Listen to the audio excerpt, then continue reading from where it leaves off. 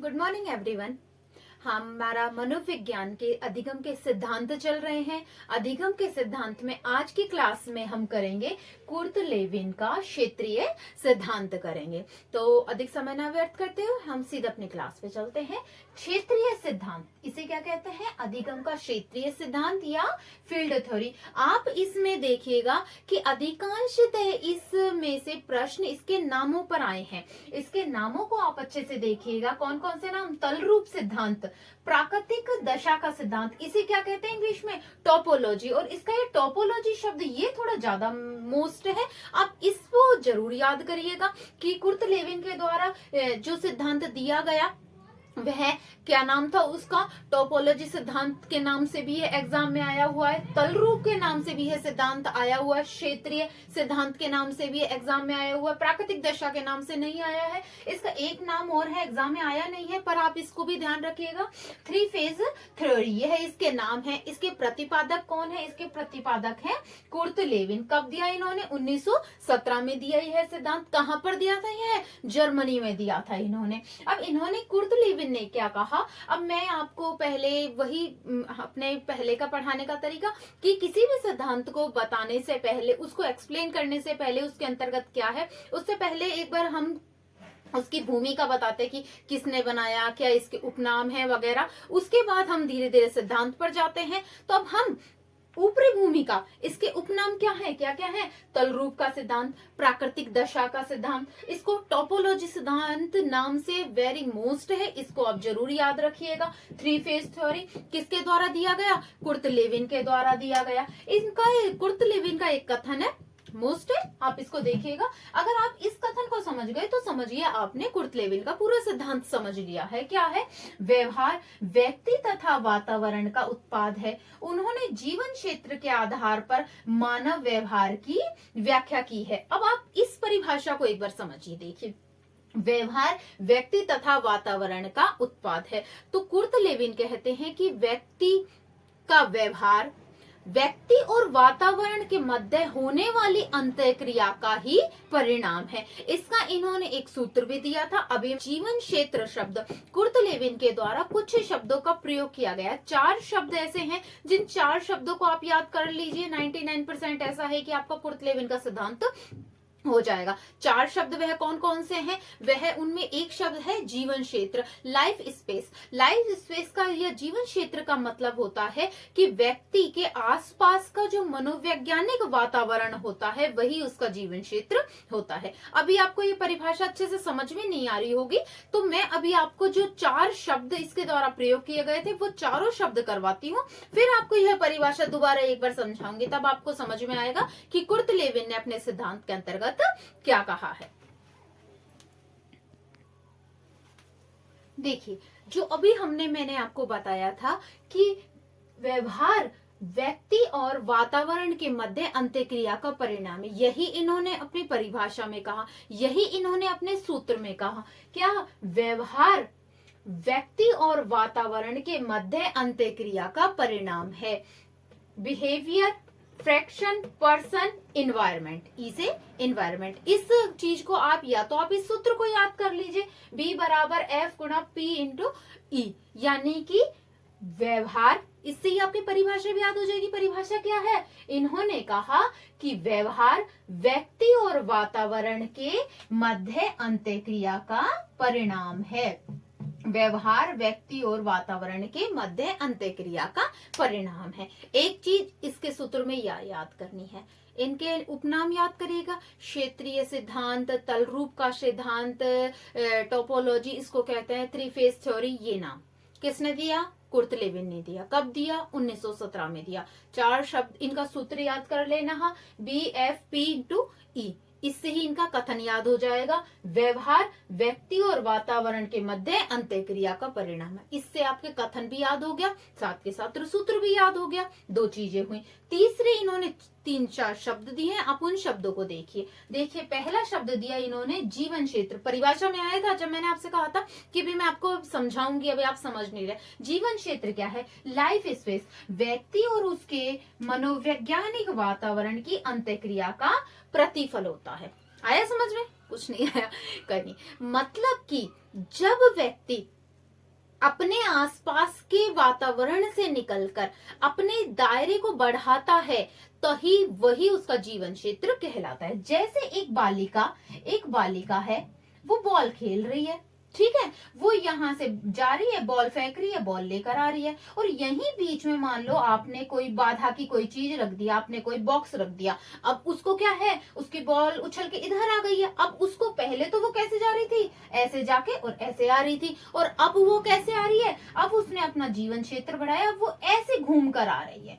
यानी कि जब व्यक्ति अपने सेफ स्पेस को छोड़कर उससे के अलावा अतिरिक्त कोई कार्य करता है, वही उसका जीवन क्षेत्र होता है। आया समझ में? बालिका यूं जा रही थी, सीधे अपने सेफ क्षेत्र में जा रही थी, अपनी बॉल लेकर आ रही थी, बाधा मिली तो उसने अपना रास्ता बदला और वो फिर बॉल लेकर आई, यानी कि अपने सेफ जोन से बाहर निकले। एक उदाहरण और देखिए, आपने मान लो आप नौकरी की तैयारी कर रहे हैं, आपका कोई भाई भी नौकरी की तैयारी कर रहा है ना, चाचा का लड़का, ताऊ का लड़का, कोई आपके साथ नौकरी की तैयारी कर रहा है। दोनों ने तैयारी करी, उसकी सरकारी फर्स्ट ग्रेड में नौकरी लग गई, आपकी नहीं लगी। आपने फिर उसके बाद भी 1 साल 2 साल प्रयास करा, तब भी आपकी नौकरी नहीं लगी। अब आपको घर वाले क्या करें, अरे तू तो नालायक है, अरे तुझसे नौकरी नहीं लगी। अब आप, अभी तक आपका सेफ जोन क्या था कि आप तैयारी कर रहे थे, अब आपने अपना जीवन दायरा बढ़ाया, क्या करा, अब आपको ऐसा हो सकता है आपको कुछ प्राइवेट जॉब भी करनी पड़े, आपको कहीं लगना भी पड़े, घर वाले पीछे पड़ रहे हैं कि अभी तक नौकरी नहीं लगी है, घर खर्च कैसे चलेगा, घर की जिम्मेदारियां, ये वो परिवार है, तो आप क्या करोगे, आप तैयारी के साथ साथ आपने कोई प्राइवेट जॉब भी ज्वाइन कर लिया, आप अपना प्राइवेट जॉब भी कर रहे हैं और आप अपने रात में आकर पढ़ भी रहे हैं, तो आप अपने सेफ जोन से निकले और अब आप क्या कर रहे हैं, अपने दायरे को आपने बढ़ाया। पहले आप क्या थे, सिर्फ नौकरी की तैयारी में लगे हुए थे, उसके बीच में बाधा आई कि आपकी नौकरी नहीं लगी, तो आप अपने सेफ जोन से निकलकर आपने आपका दायरा बढ़ाया कि अब आप नौकरी के साथ तैयारी कर रहे हैं।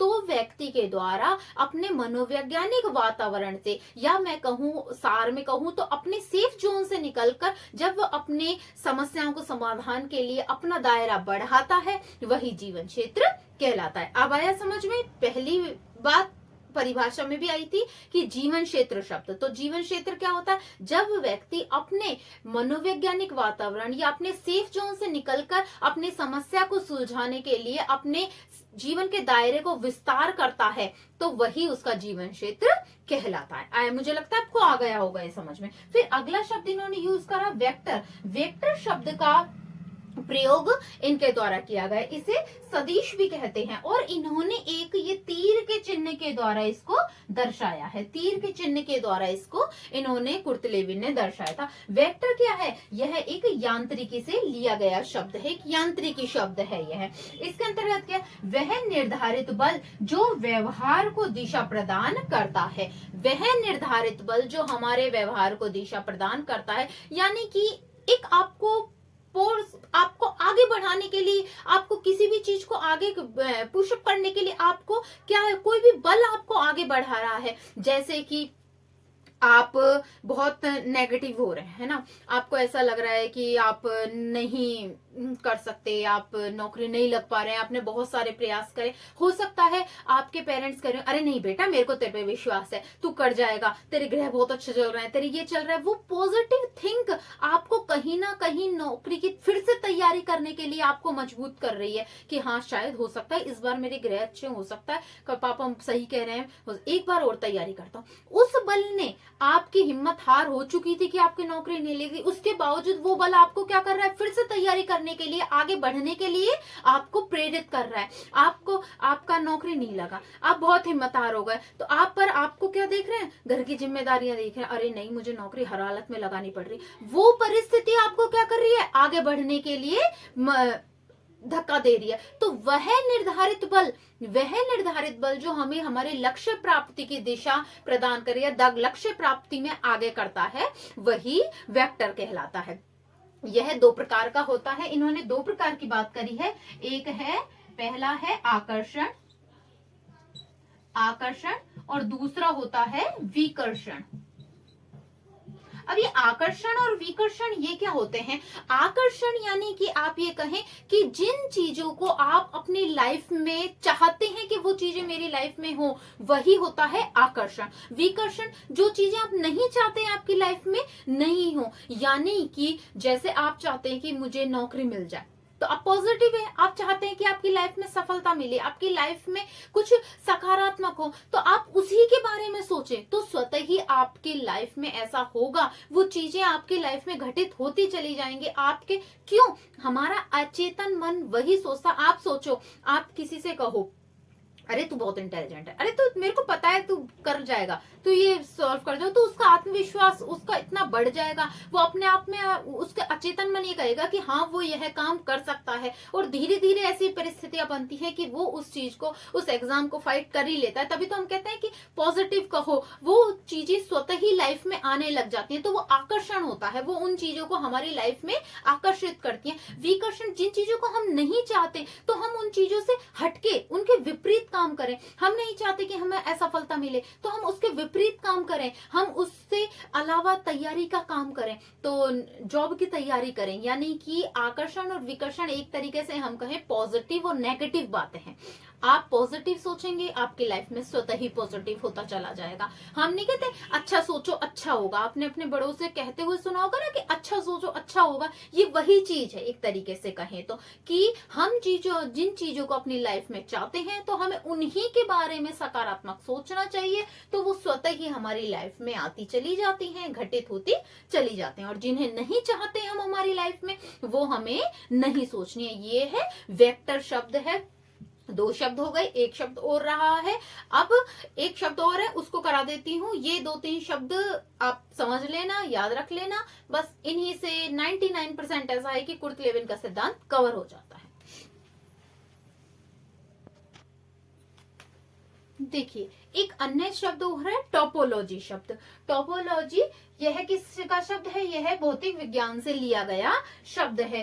किसी चीज का प्रत्यक्षीकरण तथा उसके प्रति हमारी अंत्यक्रिया के परिणाम स्वरूप होने वाला परिवर्तन। प्रत्यक्षीकरण यानी कि किसी भी चीज को हम देखते हैं और उसके प्रति हमारी जो अंत्यक्रिया होती है, उसके परिणाम स्वरूप जो भी हमारा परिवर्तन आता है, हमारे व्यवहार में परिवर्तन आता है, वही टोपोलॉजी होता है। इन्होंने 2 शब्दों को, अभिप्रेरणा आकांक्षा स्तर को और भ्रष्टा आलोचना को महत्वपूर्ण कहा है। अभिप्रेरणा, जब भी मैंने आपको वेक्टर शब्द कराया उसमें मैंने आकर्षण और विकर्षण 2 शब्द बताए थे। वो आकर्षण और विकर्षण वह यही चीज तो है कि आपको कोई पॉजिटिव कहे, पॉजिटिव, अरे नहीं तू कर जाएगा ये चीज, तो आप स्वतः ही आप में वो बल आएगा और आप उसको करने की हिम्मत रखेंगे कि नहीं, सबका मुझ पे विश्वास है, पापा मम्मी मुझ पे बहुत विश्वास रखते हैं, तो मैं कर दिखाऊंगा, मैं नौकरी लगा कर दिखाऊंगा। एक तो ये चीज हुई आगे बढ़ने के लिए। दूसरी है भर्त्सना आलोचना।